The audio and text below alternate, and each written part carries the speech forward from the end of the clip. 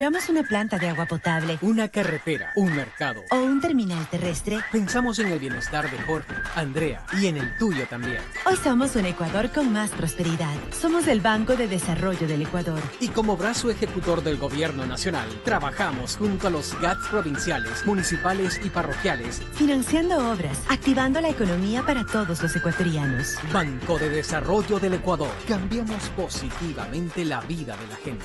El gobierno de todos. En otras noticias, Ecuador recibirá cooperación por parte de la Armada de Estados Unidos. Un nuevo reflejo de las relaciones binacionales. Aunque para muchos es una pérdida de soberanía. Para otros actores está claro que es una movida para fortalecerse en la lucha contra las drogas. Cuando hablamos de noticias, todos los enfoques están en primicias.es. Fin de espacio promocional y publicitario. 8:29. Y muchas gracias, muchas gracias. 8:30, Flash. 8 de la mañana, 30 minutos. Estábamos endulzados en una plática recordando a José Ricardo Chiriboga Villagómez. ¿Y de quién nos está hablando, señor Rosero? Bueno, les estoy hablando de alguien que yo personalmente no lo conocí, pero lo ubiqué en mi vida provinciana, claro, y en mi vida citadina en Quito. Yo combinaba entre Quito y Otavalo, Otavalo y Quito, temporalidades que mi santa hacedora, mi santa madre, tenía responsabilidades en una y otra ciudad. Entonces me tocó vivir una otavalenidad, pero más años de vida lo he tenido en Quito, pues desde luego. Y ahí lo conoció a Pepe Chiriboga. Ahí oí hablar de José Chiriboga, José Ricardo Chiriboga Villagómez. Así es. Es su tío. Sí, claro. Estamos hablando precisamente, señoras y señores, con el arquitecto Patricio Donoso Chiriboga. Por eso es que es mi tío, Pepe Chiriboga. Por ahí es. Yo le iba a decir, ¿y por dónde resulta su tío? Por Chiriboga, pues yo soy Donoso Chiriboga, ya. Pepe Chiriboga, mi tío. Segundo vicepresidente de la Asamblea Nacional. Bienvenido, don Patricio. Muchas gracias. Bienvenido, don Javier Díaz. Muchas gracias. Yo le he preguntado porque además usted es miembro de una comisión de asuntos productivos. Así es. Sí, de la Comisión de Régimen Económico. Bueno, son asuntos productivos. Sin duda alguna. Los que maneja esa comisión. Es verdad. Porque nuestro principal invitado, no por la jerarquía, sino por la preocupación que debemos tener todos los ecuatorianos sobre nuestros empresarios en las ramas, imagínese usted, especialmente textileras. Ahí estoy recordando a Germánico Pinto Dávila, padre de Mauricio Pinto, claro, que tiene actividades industriales en Lima y aquí en el Ecuador. En Otavalo, precisamente. Claro. Allí me dio una chamba cuando yo comencé como maestro alfabetizador. Combinaba con en la fábrica de Pinto, administrando unos cines que tenían en Otavalo y en Ibarra, el Gran Colombia en Ibarra y el Simón Bolívar en la ciudad de Otavalo. No me olvido de ninguna de esas prácticas. Y por eso los sectores productivos reciben mi simpatía y de alguna manera somos también una empatía porque en otras partes la radiodifusión es reconocida como una industria. La radio y la televisión son industrias, por ejemplo en la vecina Colombia. Pero bueno, esos son asuntos legislativos, descuidados o no practicados. Pero, don Javier, yo estoy muy apenado de que el contrabando coreano y especialmente el contrabando chino esté haciendo de las suyas en América Latina, descuadrando prácticamente nuestra industria y nuestra pequeña industria, nuestra industria textilera, y esa es la que me duele a mí, porque abriga a cientos y miles de compatriotas latinoamericanos, porque es la patria grande, que dependen de ella, ¿no? Diga usted, la industrialización colombiana, a ella se le debe el gran auge de la economía colombiana. Sin duda. Y aquí cosa igual, pero con distingos. Primero explíquenos esa desconexión, digamos, del boom industrial colombiano con no tanto el boom industrial ecuatoriano, pero un esfuerzo sustantivo en diferentes localidades de nuestro querido país. Así es. Don Javier, usted es el presidente de la Asociación de Textileros de nuestro país. ¿Qué fue de su compañero? Le estábamos aguardando también. Sí, todos también estábamos esperando que venga nuestro buen amigo Cristian del sector de calzado. Orbe, ¿no? Cristian Orbe, correcto. Pero bueno, Gonzalo, primero gracias por la invitación y un saludo a todos. Qué gusto estar con Patricio también. El gusto es mío, Javier. Hemos estado siempre en el mundo gremial, Así es. peleando juntos varios temas y ahora tú desde la Asamblea también haciendo país de manera muy importante, así que es un gusto. Y sí, qué bueno recordar, por ejemplo, haciendo referencia a la fábrica de empresas Pinto que se llama San Miguel en Otavalo, ya es una fábrica centenaria, es una fábrica que tiene en este momento, si no me falla la memoria, 106 años.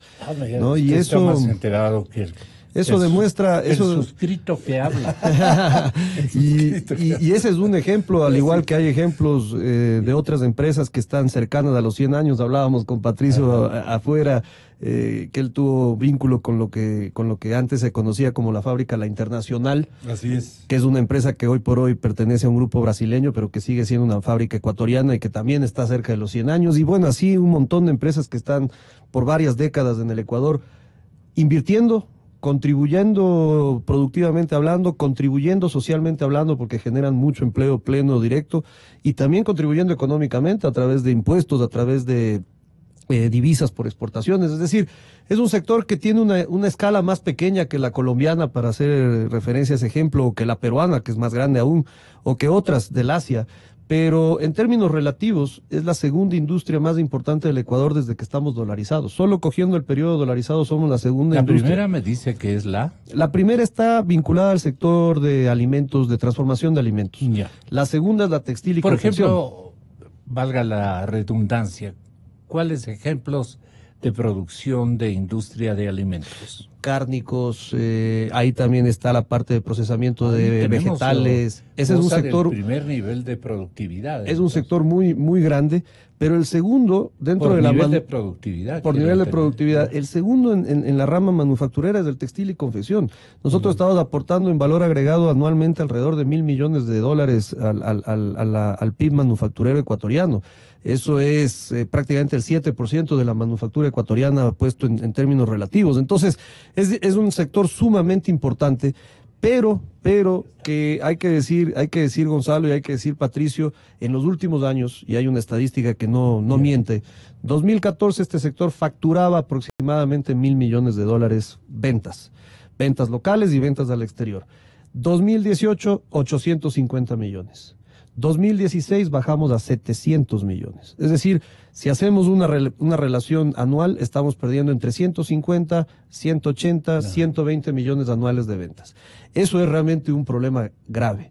¿Y dónde está uno de los grandes? ¿Qué genera eso en términos no solamente de desocupación de obreros, de empleados, sino en términos de balanza comercial, pues, y de balanza de pagos, ¿no? Correcto, Gonzalo. El primer daño es al empleo, que ese ya es un serio problema social y económico. El segundo daño, efectivamente, está en el tema de que parte de esa pérdida de ventas está vinculada al contrabando o a la importación de productos chinos de bajo precio. Bajo precio subdeclarado, también vale decir, que es contrabando técnico. Entonces, eso afecta también a la balanza general de pagos y a la balanza comercial, obviamente, que es parte de ella. Entonces, es un sector sumamente importante, pero un sector que ha tenido dificultades en los últimos años, que estamos haciendo los esfuerzos por estabilizarlo, Gonzalo, y es bueno también decir eso. La parte empresarial está haciendo la tarea.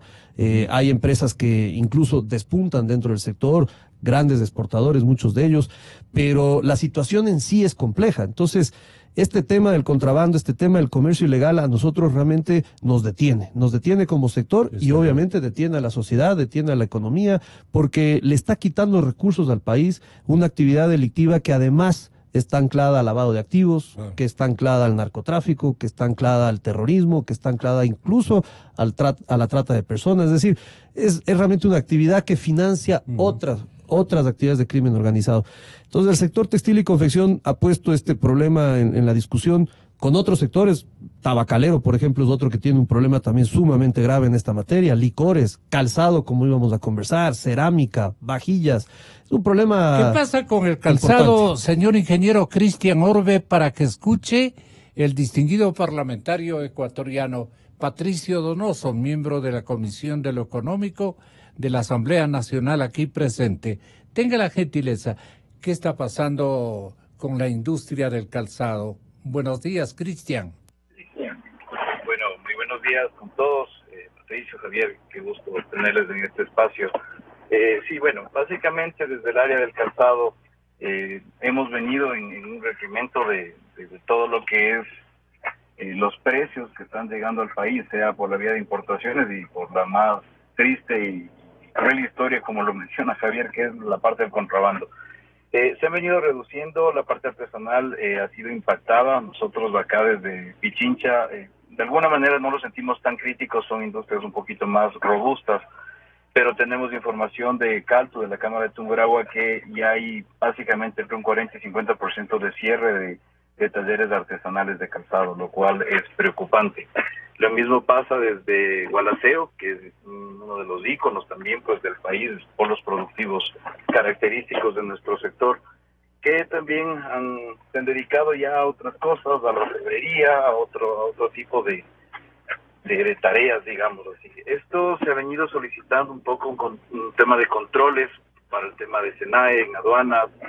Algo se ha podido hacer. Hoy coincidentemente tenemos una mesa de trabajo que se está haciendo bianual con todos los actores a las 10 de la mañana en el Mitro, en donde obviamente se van a ver los resultados de las tareas. Sin embargo, sí es triste decirlo, por ahí hay una cifra que comentaban ellos, o la tienen ahí planteada hasta del 2014 al 2017, han hecho un esfuerzo de 144,000 pares. Estamos hablando 134,000 pares. Sí, pues eso es lo que un poco han logrado, ¿qué decimos? Retener, frenar, digamos, en la parte de los controles, pero si nosotros vemos solamente la parte productiva de Pichincha, hablemos de la producción de pares, en un año nosotros producimos 1 millón, somos 16 millones de habitantes. Entonces, si ustedes viendo lo terrible que es el tema del contrabando y que se siente, porque ustedes van a una bahía o a cualquier plaza, cualquier mercado, encuentran precios que nadie entiende cómo pueden estar puestos en el mercado. ¿Y por qué eso? ¿Y por qué eso, Cristian? Bueno, es difícil hablar un poco de esto porque no se tiene la información certera. En algún momento conversábamos con la gente de Guayaquil y de Valdivia, donde hay una industria que definitivamente desapareció. Por ahí también hay otro actor que, si gustan, pueden pedirme los contactos. Él tiene mucho más información y ha venido peleando por este tema. Esa industria artesanal desapareció. Pero lo que se cree, o al menos la información que se tenía, es que por la frontera de Perú, al menos, había pseudofábricas que aparentemente tenían una etiqueta. ¿Y a cuántos obreros mandó a la desocupación para que tomen en cuenta en el estamento gubernamental? Tenga la bondad. Bueno, estas cifras yo sí me atrevería a decirles que se las podría entregar en un corto tiempo. Estamos justo trabajando con la Universidad SEC, también hay un proyecto con Pero la factoría guayaquileña desaparecida, ¿a cuántos mandó la desocupación? ¿Hace qué tiempo? Bueno, hablamos de que, hace 2 años que planteaba esta ¿Es reciente? Sí, hace 2 años. Ellos nos decía que habían cerrado aproximadamente como 40, 50 talleres. Pongámosle un promedio de 3, 4 personas, porque son familiares los que trabajan en un taller, no son dependientes necesariamente de la empresa. Puede ser muy poco. Pero esto no, en la práctica o en la elaboración artesanal. Usted me hablaba de una industria que había desaparecido. O sea, yo configuraba una gran fábrica de calzado en Guayaquil. No. Más bien, aquí en Pichincha lamentablemente hay industrias que han venido obviamente reduciendo su fabricación, recortándonos. Yo tengo el gusto de gerenciar la empresa. Perdona, ¿y los almacenes de Guayaquil, de Ambato, Tungurahua, del Gualaceo, me parece que me dijo, capital, digamos, de la elaboración de calzado manual, calzado a mano, que sabían decir nuestros padres, ¿por qué han tenido que retirarse y vender en sus almacenes de distribución más bien calzado de contrabando? ¿Por qué ese cambio o recambio han tenido que hacer para sobrevivir económicamente? Eso es lo grave, lo malo y lo lamentable, ¿no? No sé qué le parezca a usted. Sí, el tema va por el lado, hace un momento, bueno, yo les mencionaba a Giovanni Sánchez, ellos ya han frenado un poco el tema de buscar una barrera arancelaria, y buscar el costo. No tenemos costo para competir contra lo que entra, digamos, por la vía normal bajo una importación. El calzado brasileño está entrando y está entrando muy fuerte, pero a unos costos que a cualquier productor, así sea un artesano, no le avanza. Estamos hablando también ahora de que se requiere la revisión de aranceles y todo lo que tenga que ver con impuestos a las materias primas. Si nosotros queremos ser competitivos con todo lo que ingresa, que va a ser difícil frenar a Brasil, sabemos lo que pasa con Brasil, tendremos que ser un poco más competitivos. El tema de reformas laborales lo hemos venido hablando, creo que con Javier también compartimos esos conceptos, de que tienen que mejorar. Somos negocios muy estresantes. Muchos producen solo para la Navidad. Ya Día de la Madre tampoco es una venta sustentable, como parece que es una época más de producción alta. Sí. Si habríamos seguido o proseguido con la tendencia de otros años, este momento sería un escenario de trabajo, de empleo, de gente de condiciones sociales deprimidas, inclusive, clase media, clase popular. ¿Quiénes hacen calzado en el Ecuador o quiénes venían haciendo calzado propio? Cristian, se refiere al tema al prototipo de obrero que teníamos dedicado a esa confección de calzado.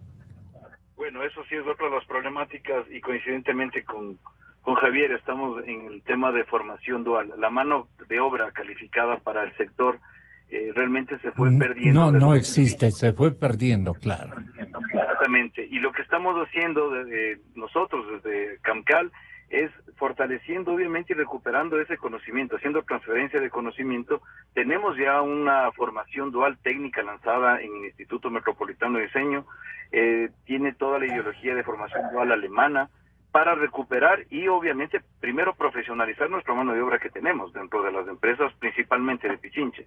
El proyecto es llevar esto a Gualaceo, ya se está hablando con Gualaceo y con Cuenca, y recuperar, porque también, como decía Javier, no solo el esfuerzo es buscar el apoyo desde la parte pública, sino también nosotros hacer la tarea como empresa. Estamos haciendo la formación dual, tenemos 15 personas formadas que son 15 operarios de las empresas. Ese es el primer proyecto. Ahora, el vicepresidente que llegó a ser campeón nacional de voleibol, y perdonen la confianza, estoy refiriéndome al señor diputado don Patricio Donoso. Me acabó de indicar una toma cuando él campeonó en el vóley ecuatoriano en el Coliseo Julio César Hidalgo. Entonces, hace muchos años, muchísimos años. No tantos no tampoco. tanto. Ahí me desquité. Tenga la gentileza, Patricio. ¿Qué puede usted hacer desde el Parlamento, desde la Comisión de lo Económico, por estos ámbitos de generación de empleo y de enorme inversión que el país les ha pagado mal? Me impresiona a mí muy negativamente que nuestros industriales, que debían haber incorporado a miles y miles de trabajadores en los sectores que acabamos de escuchar, están recibiendo una adversidad en cuanto al manejo de sus emprendimientos. ¿Qué puede usted hacer desde el Congreso, don Patricio? Mucho, y voy a ser claro, pero antes de eso me tomo 20 segundos para agradecerle ¿El recuerdo? Sí, agradecerle la mención a mi tío Pepe Chiriboga, a tío Pepito, familiarmente así dicho. José Ricardo Chiriboga Villagómez fue su tío. Sí, claro, fue mi tío. Es su tío. Sí, sin duda. Bueno, murió ya Pepe Chiriboga. Yo sé, pero sigue siendo tío. Fue tres veces alcalde de Quito, 2 veces candidato presidencial, lastimosamente perdió.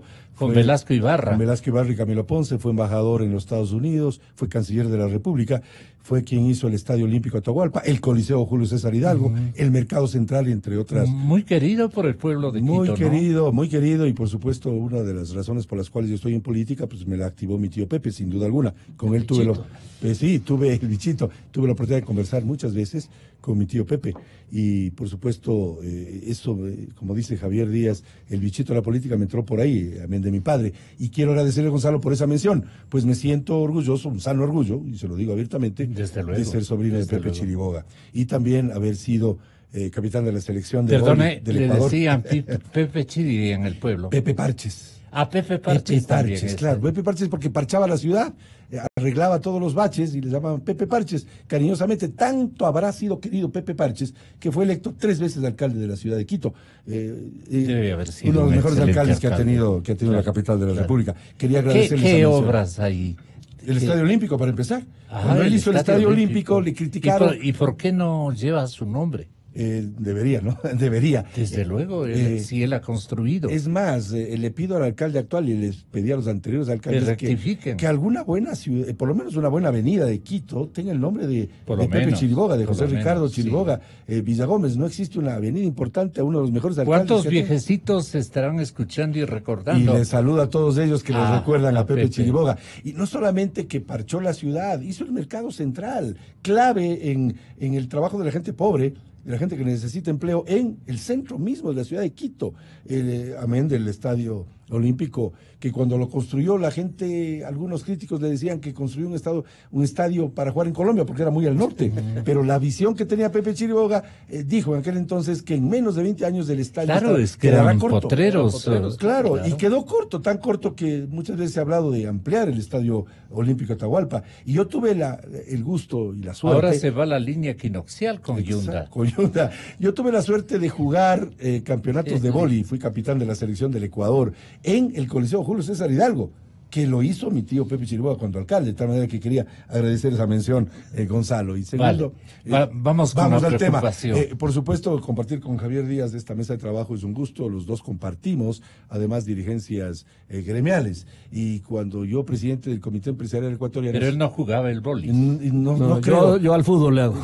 Yo también entraba al fútbol, pero no hemos jugado. Pero sí jugamos al hecho, y jugamos en el buen sentido de la palabra, al hecho de generar fuentes de trabajo y empleo. Y sí me preocupa que en el sector textilero solo 52,000 trabajadores de los 191,000 ecuatorianos que trabajan en el sector textil son formales, el resto están en la informalidad, y ahí viene la respuesta a su pregunta periodística, Gonzalo. Podemos hacer mucho reformando el Código del Trabajo, que data de 1938. Pero usted ya ha tenido tiempo suficiente para reformar ese código. Recién me acabo de posicionar de vicepresidente de la Asamblea y parte de la razón por la cual estoy, Dios mediante, y con el apoyo de mis colegas legisladores. En la Comisión de lo Económico. Exacto, en la Comisión de lo Económico, es reformar el Código del Trabajo. ¿Y por qué no hablar con valentía, Gonzalo? Y cambiar el tema o incorporar la posibilidad del trabajo por horas. ¿Por qué no? Cuando miles de jóvenes ecuatorianos se incorporan al mercado laboral todos los años, ¿por qué no les damos la posibilidad a aquellos jóvenes de 18 o 19 años que ganen su dinerito para su familia, ayudar en su hogar, pero también ganar la experiencia que le va a ser requerida pocos años después? Por 4, 6 o 8 horas. Por supuesto, el trabajo por horas se lo tiene en el mundo entero. Aquí tenemos que hacer las reformas que a menester para generar empleo a aquellos que no tienen. Entre los vecinos, ¿dónde sobrevive, digamos, esa legislación? Claro. ¿Y por qué la quitaron aquí? La quitaron cuando el tema de la tercerización y toda la lucha que se hizo en la Constitución de Montecristi. Yo, como presidente del Comité Empresarial Ecuatoriano, fui a Montecristi en uso de mis... El novelero es el que quitó, entonces, esa posibilidad de trabajo. 8. El mandato 8, lo dice bien Javier Díaz, ese mandato 8 liquidó en gran medida la posibilidad de generar fuentes de trabajo y empleo. ¿Y sabe qué? Yo les voy a decir, a través de Radio Democracia, que tiene una enorme sintonía, con todo respeto, pero con frontalidad, a los dirigentes sindicales, que no es que queremos hacer daño a los trabajadores que tienen empleo. No queremos precarizar el trabajo. Cuidado nos vengan nuevamente con el discurso del siglo pasado. Lo que queremos es preocuparnos de aquellos que no tienen empleo, Gonzalo, porque 62% de ecuatorianos, 5 millones de ecuatorianos, no tienen un empleo fijo, digno y viven en la informalidad o en el desempleo más absoluto. Con ello, a ellos queremos ayudarles con una legislación que supere los atavismos del discurso del siglo que ya concluyó. ¿Qué más haría en el código? Establecer el trabajo por horas. Segundo, la posibilidad real de facilitarle al empresario a que contrate más gente, pues. Que no sea tan difícil contratar. Porque el 9 de cada 10 empleos genera el sector privado. ¿Contratar por temporalidades? Por supuesto. ¿Por qué dice contratar? Contratar por la siguiente razón. Cuando estamos cerca del Día de la Madre... Si viene acá un trabajador, viene a quedarse. Pues. Sí, pero, si él quiere irse, se va. Pero pues. no cuando usted tiene una florícola y debe producir más en época de San Valentín para exportar flores. O si usted está en el negocio de la venta de útiles, es evidente que debe necesitar más mano de obra cuando está vendiendo los útiles escolares en septiembre en la sierra y en marzo y abril en la costa, porque se necesita vender uniformes.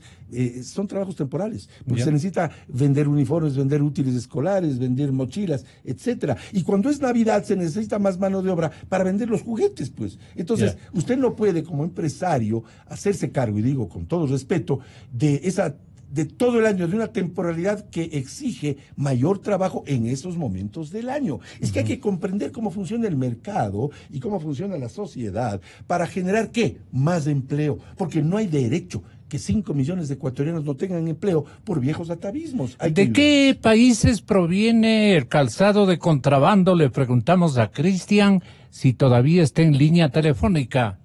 Tenga la bondad, ingeniero. Sí, bueno, el calzado principalmente que viene de fuera y el que más problemas estamos teniendo es del calzado de Brasil. Obviamente de las fronteras Colombia, Perú. ¿Es el más barato tal vez en precios? Barato. No estamos hablando de calidad. Digo, sí, los calzados barateres, como dicen en la calle quiteña, los barateres, ¿de dónde proceden? Bueno, yo sí tengo la teoría, porque como digo, no puedo confirmarlo, pero eso está viniendo por contrabando desde los dos países vecinos. De Brasil viene también un zapato muy económico. Entendamos también un poco la fabricación brasileña. Ellos fabrican 300,000 pares día. Están casi llegando a los 350 por las últimas informaciones. Eso les da posibilidad de tener buenos costos y eso hace que pueda entrar a un súper buen costo al país. Ahora, Cristian, sugiérale qué cambios hay que operar, porque dice don Patricio Donoso que va a incursionar en un recambio del Código de Trabajo. Una reforma profunda del Código de Trabajo. Totalmente, y le felicito a Patricio públicamente porque realmente el tema de las horas, yo voy a hablar de un tema estacional. Pero sin precarizar y violar los derechos adquiridos por los trabajadores. Claro, pero preocupándose de los que no tienen empleo. Desde luego. Así es. Especialmente por la población joven. Así es. Claro, no es precarizar, porque realmente tú necesitas, en negocios estacionales, que son casi todos en la parte del calzado, yo hablaba de Navidad.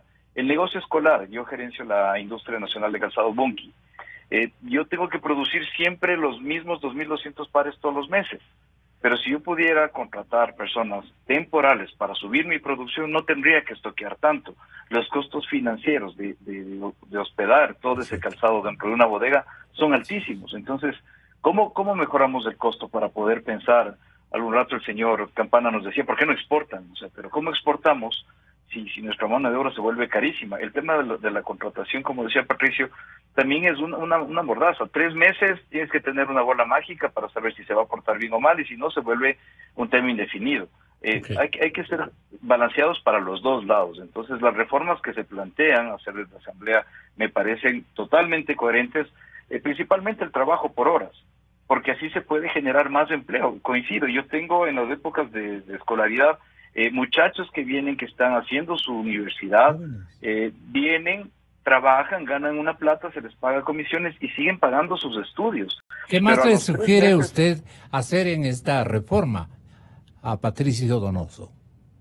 Ok, el tema de contratos por horas, el tema de la flexibilización también de los contratos de un año, por ejemplo, porque, insisto, 3 meses no se puede saber nada. Si es una persona que está con los 3 meses, ya toca sacarla porque si no se vuelve indefinido. Y tal vez era un muchacho que tenía 2 meses más para hacer algo más de plata para pagar sus estudios. Y ganar experiencia. Eso es lo que está pasando. Y ganar experiencia. El proyecto, y voy Continúe, a retomar Patricio. Cristian, Continúe. te agradezco, Cristian, por tus palabras y déjame decirte algo. Yo fui presidente del Comité Empresarial Ecuatoriano y no conozco a un solo empresario que haya despedido a un buen trabajador.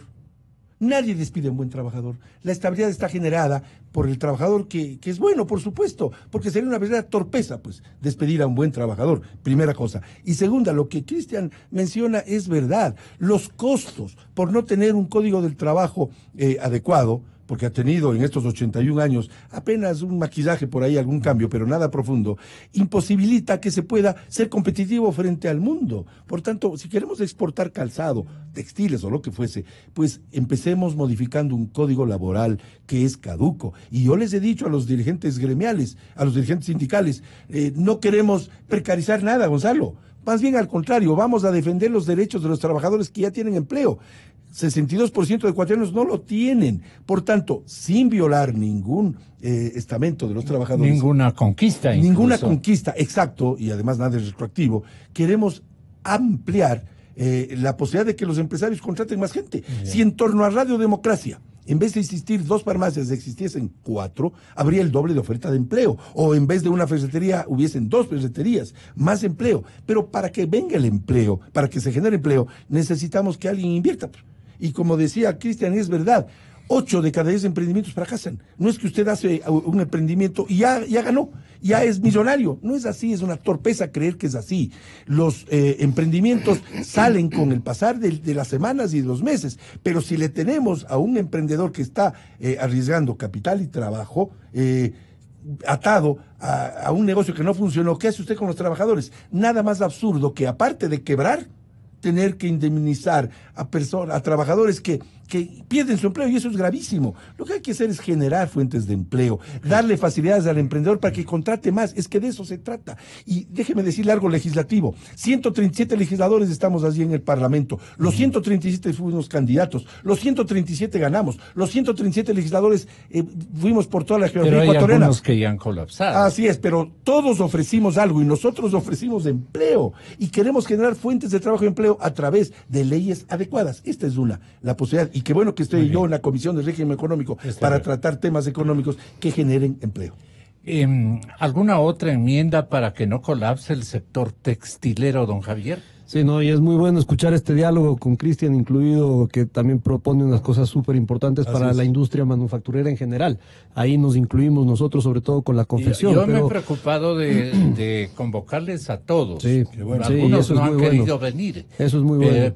Pero por el tema del desempleo, los medios de comunicación también tenemos que estar en apoyo a recambios legislativos para que haya más inversiones, mayor deseo de emprendimientos mayúsculos y activación del número de Es que, Gonzalo, el tema laboral a la final nos involucra a todos. Es un asunto que requiere un gran pacto nacional y por eso los medios de comunicación juegan un rol fundamental de poner el tema en la discusión, llevarla fuera de la ideología, llevarla a la realidad, correcto, llevarla a la realidad que vivimos en este momento y en función de eso buscar las reformas. Pero aprovechando que está Patricio, y no le voy a dar ninguna novedad, él lo conoce perfectamente, pero es un tema que definitivamente debe también ser tratado en esta reforma, es la jubilación patronal. Sin duda. Porque la jubilación patronal es un esquema que, a ver, cuando se creó, año 1938, no existía el IES, por ende había la necesidad de tener, al menos temporalmente, hasta que se cree la seguridad social, un mecanismo para que los trabajadores puedan tener una jubilación. El momento que ya se creó, que fue prácticamente de inmediato, no es que se demoró demasiado tiempo, que se creó ya la jubilación para los trabajadores a través del IES. Y la asistencia médica quedaba solo en manos del Estado. Sí, correcto, pero debió haberse eliminado la patronal. Porque no pueden convivir no deberían convivir 2 sistemas de jubilación, porque el patronal se convierte en un pasivo laboral que le va al final de cuentas le va a quitar estabilidad a la empresa, y me refiero a estabilidad en el sentido de perdurar en el tiempo. Y frena la generación de empleo. Y frena la generación de empleo, definitivamente. Entonces, hay un problema que debemos de corregirlo. Hay que ya tomar el asunto con la seriedad que tiene, hay que buscar una transición. El esquema de jubilación patronal actual a futuro debería desaparecer y ser cambiado, sustituido por un sistema que se concentre en la jubilación normal en función de los aportes que se hacen al IES. O incluso, Gonzalo, lo que hacen otros países. La jubilación de los trabajadores, de las personas, están generalmente en fondos privados. Y eso también es incluso más positivo.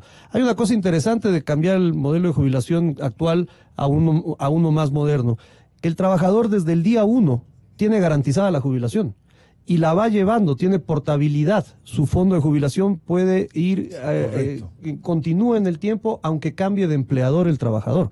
Eso es algo que hoy por hoy no existe. Hoy recién, a los 20 años de trabajar con un mismo empleador, es que se logra la jubilación patronal. Entonces, yo creo que ahí hay un tema fundamental en la discusión de la reforma laboral. Patricio lo conoce. Sí. Hay otros asuntos, modalidades contractuales, jornadas de trabajo extendidas.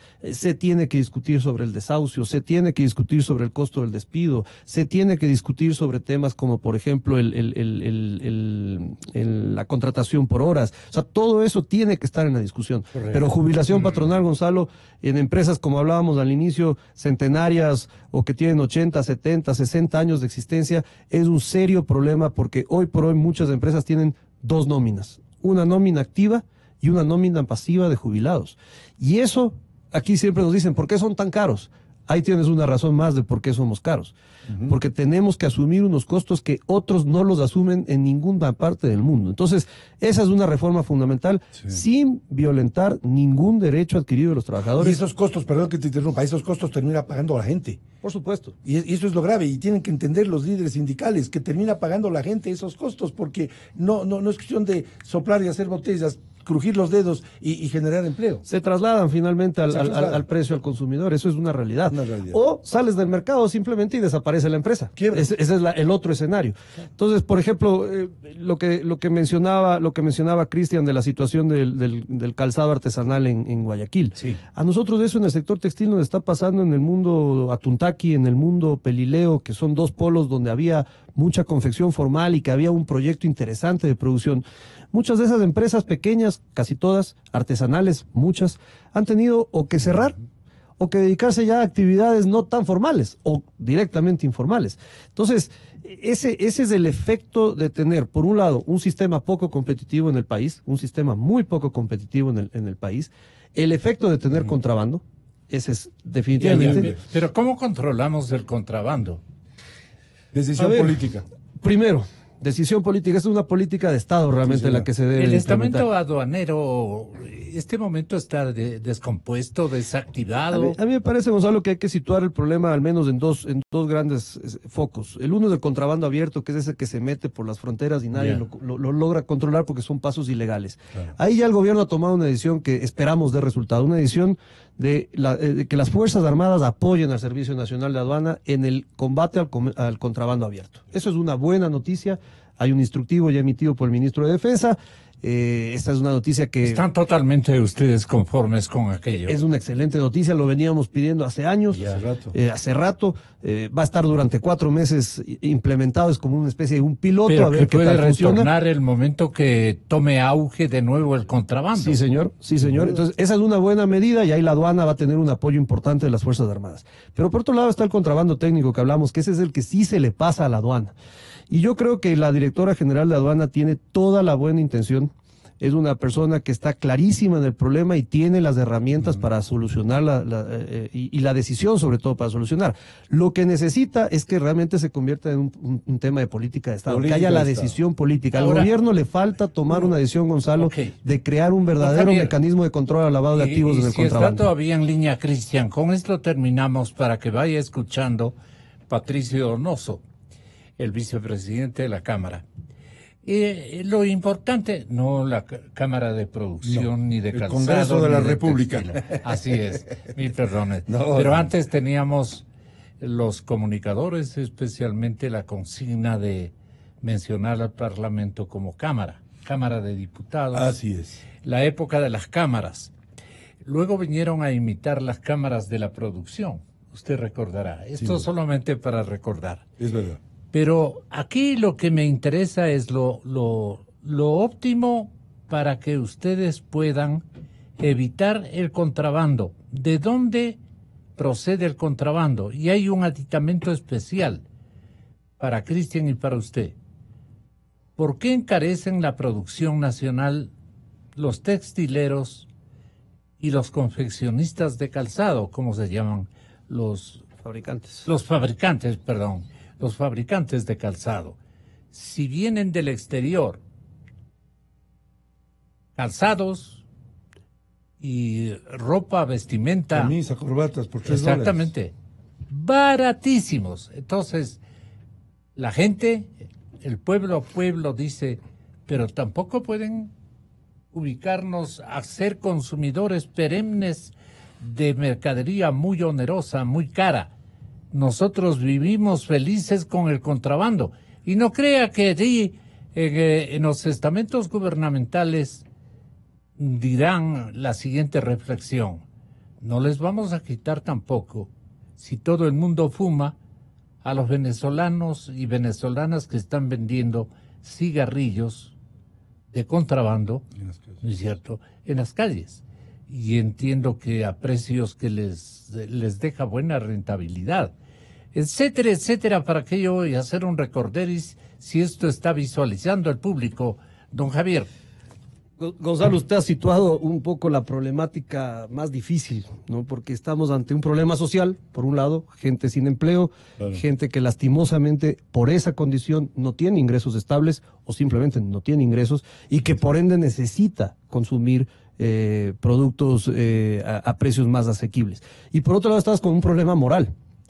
Yo creo que hay que decir las cosas claras. El sector textil, para hablar del nuestro, seguro Cristian igual, en la parte de calzado, el sector segmenta el mercado. Entonces hay oferta para todas las capacidades de consumo, hay oferta para todas. Y hay que decirlo, nosotros tenemos una situación de baja competitividad sistémica en el Ecuador, pero la industria hace los esfuerzos por tratar de atender la necesidad del consumidor. Lo que es imposible, como bien decía Cristian, es competir contra un producto de contrabando que entra de forma ilegal, porque ese no está vendiéndose a lo al que gobierno también cuesta. debe interesarle Por los supuesto. ingresos fiscales. Absolutamente, es que el perjuicio, mire Gonzalo, qué bueno que lo saca.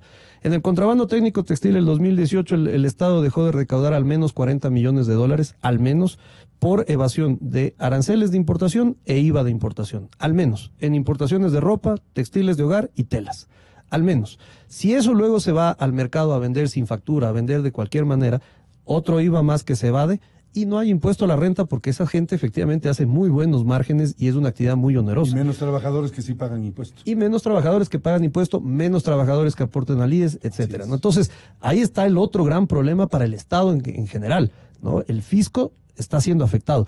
Pero Gonzalo, ese criterio de hay que darle opción al consumidor a que compre aunque sea contrabando, ese criterio nosotros lo hemos escuchado en el pasado muchas veces. Actualmente la administración aduanera afortunadamente ya no piensa así. Aquí tenemos que entender una cosa, esta no es una lucha entre importador y fabricante nacional, no es esa la lucha. Esta es una lucha entre informales o ilegales versus formales o legales. Esa es la lucha de verdad. El comercio legal también está siendo afectado por la informalidad. Por eso nos tenemos que juntar. Yo siempre digo, Gonzalo, el que se opone a controlar el contrabando, sea abierto o técnico, el que se opone es o porque no entiende el problema, no lo conoce, o porque no entiende las soluciones que se plantean, o porque está ganando en ese negocio. Por supuesto. Entonces, el gobierno tiene que tomar las decisiones correctas que beneficien a todos. La legislación consciente de todo esto, ¿qué debería hacer o motivar? Con eso terminamos. Le voy a graficar. Patricio Donoso. Gracias, Gonzalo. Le grafico en 15 segundos lo que significa el contrabando. 1 de cada 3 tanques de gas que producimos se va a Colombia y Perú vía contrabando. ¿Puede usted creerlo? 1 de cada 3 tanques de gas. Y estamos subsidiando el gas. Yo estoy de acuerdo en que se subsidie a la gente pobre el gas de uso doméstico, pero no hay derecho que estemos subsidiando a colombianos y peruanos, por más que nos llevemos bien, pero estamos subsidiando vía contrabando. 1/3 de los tanques de gas se van vía contrabando. Mire lo que es el contrabando. Y lo que dice Javier Díaz es cierto. Los que tapan un ojo, y a veces los dos, es porque o no quieren entender o están en el negocio, pues. Es que esto del contrabando es terrible. Yo fui parte de la Asociación de Ganaderos también, y recuerdo cuando Juan Pablo Grijalva hacía una lucha para parar el contrabando de leche. Sí le veía yo en algunos barrios. Pero claro, y resulta ser que ellos, los ganaderos, iban con la autoridad allá en la parte norte, iban y le decían a la autoridad, mire cómo está pasando el contrabando. Y cerraban los dos ojos. Es que no puede ser posible. El contrabando tiene que ser frenado. Y usted hizo una pregunta muy puntual hace pocos minutos, ¿cómo parar esto? Con decisión política. Porque nosotros no somos ni policías, ni investigadores privados, ni sargentos, ni tenemos pistolas. Nosotros tenemos que legislar en favor de que se frene el contrabando. Pero, ¿sabe qué, Gonzalo? Lo digo con franqueza. Legislación más que suficiente existe. Lo que falta es la decisión política de pararse en la frontera y tomar presos a los contrabandistas y quitarles porque si no seguirá ese negocio que hace tanto daño, no solamente los que Javier ha dicho y con razón, sino que esto genera menos empleo en el Ecuador. Claro. Y esa gente deja de ser parte de la actividad productiva que generaría más impuestos, más IVA y tendría más capacidad de compra, por lo tanto compraría más a la gente que produce cosas. ¿Y qué hacemos con las provincias que viven del contrabando, don Javier? Cristian mencionó una práctica que está siendo muy común en el sur, sobre todo, de estas pseudo fábricas. Ahí se ha creado un sistema en el cual hay una serie de negocios, entre comillas, que están cambiando etiquetas nada más, ya sea de calzado, ya sea de prendas de vestir, le ponen el nombre de hecho en Ecuador y va al mercado. Eso es producto, en el caso textil, Cristian hablaba que los calzados son más de Brasil, en el caso textil es Asia, China principalmente, pero ese producto pasa a ser en teoría legal porque dice ya hecho en Ecuador en la etiqueta. Yo diría... ¿Y quién gana ahí en el dejar hacer, dejar pasar? Ahí está ganando las mafias que le mencionaba Gonzalo, el lavado de activos está detrás de esto, las mafias del narcotráfico, porque esto financia esas actividades. Y no lo digo yo, Colombia acaba de desarticular hace 2 meses al que ellos denominan el zar de los textiles. Perú también, pero Colombia acaba de desarticular hace 2 meses una red. Y otro celoso es Chile. Otro celoso es Chile. Es verdad. Acaba de desarticular una red Colombia con un operativo espectacular que incluso intervino Ecuador para apoyar en él porque también estaban aquí metidos al zar de los textiles. Ahí estamos hablando de unas células que estaban en Medellín, en Bogotá, en Pereira, en todas partes. Esa gente hace lo mismo que se está haciendo en el Ecuador. Aquí en una medida tal vez un poco menor que en Colombia en cuanto a tamaño, pero el problema es exactamente el mismo. Entonces, se necesita desarticular eso, se lo necesita desarticular porque nos está haciendo mucho daño. ¿Y el ministro de Comercio Exterior qué dice sobre el tema? Nosotros hemos tenido muchas reuniones con el Ministerio de la Producción. Creo que él está consciente, hemos analizado ya algunos mecanismos para sobre todo el tema del contrabando técnico. Lo que nos falta es ya simplemente que la resolución se tome, ¿no? Entonces el ministro de la Producción está absolutamente claro en que esto hay que tomar la decisión política, esto es algo crítico. Hemos hablado nosotros también. Lo hemos hablado en muchas ocasiones y lo que falta es la toma de la decisión y la implementación por parte de la aduana, que estoy seguro lo va a hacer correctamente. Vicepresidente Donoso, querido Javier, muchísimas gracias, Cristian. Buscando la verdad. Las mejores voces de la